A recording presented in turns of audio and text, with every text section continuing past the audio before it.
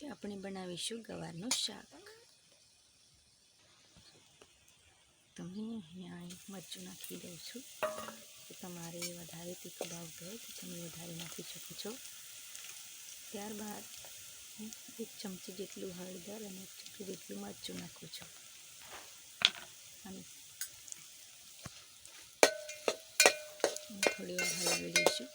એને વધારે હલાવવાનું કારણ કે તરત જ બળી જશે। થોડી વાર એને ઉકળવા દઈએ। તો આપણો વઘાર તૈયાર થઈ ગયો છે। તો એમાં આપણે ગવાર નાખી દઈશું।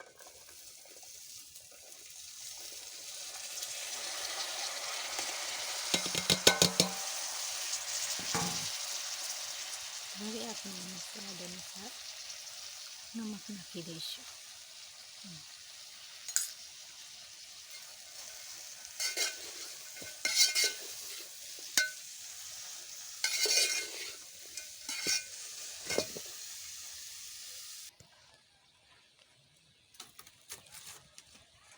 હવે એની ઉપર આપણે થાળી લઈ લઈશું અને એની ઉપર મૂકીને થોડુંક પાણી ગ્લાસ જેટલું ઉપર મૂકી દઈશું અને એને બફાવા દઈશું।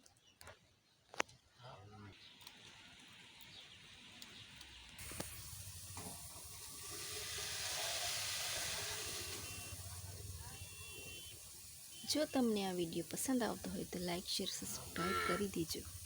ઠીક કે હવે મળીએ આપણે બીજા વિડીયોમાં। તબ તક કે લીએ બાય બાય।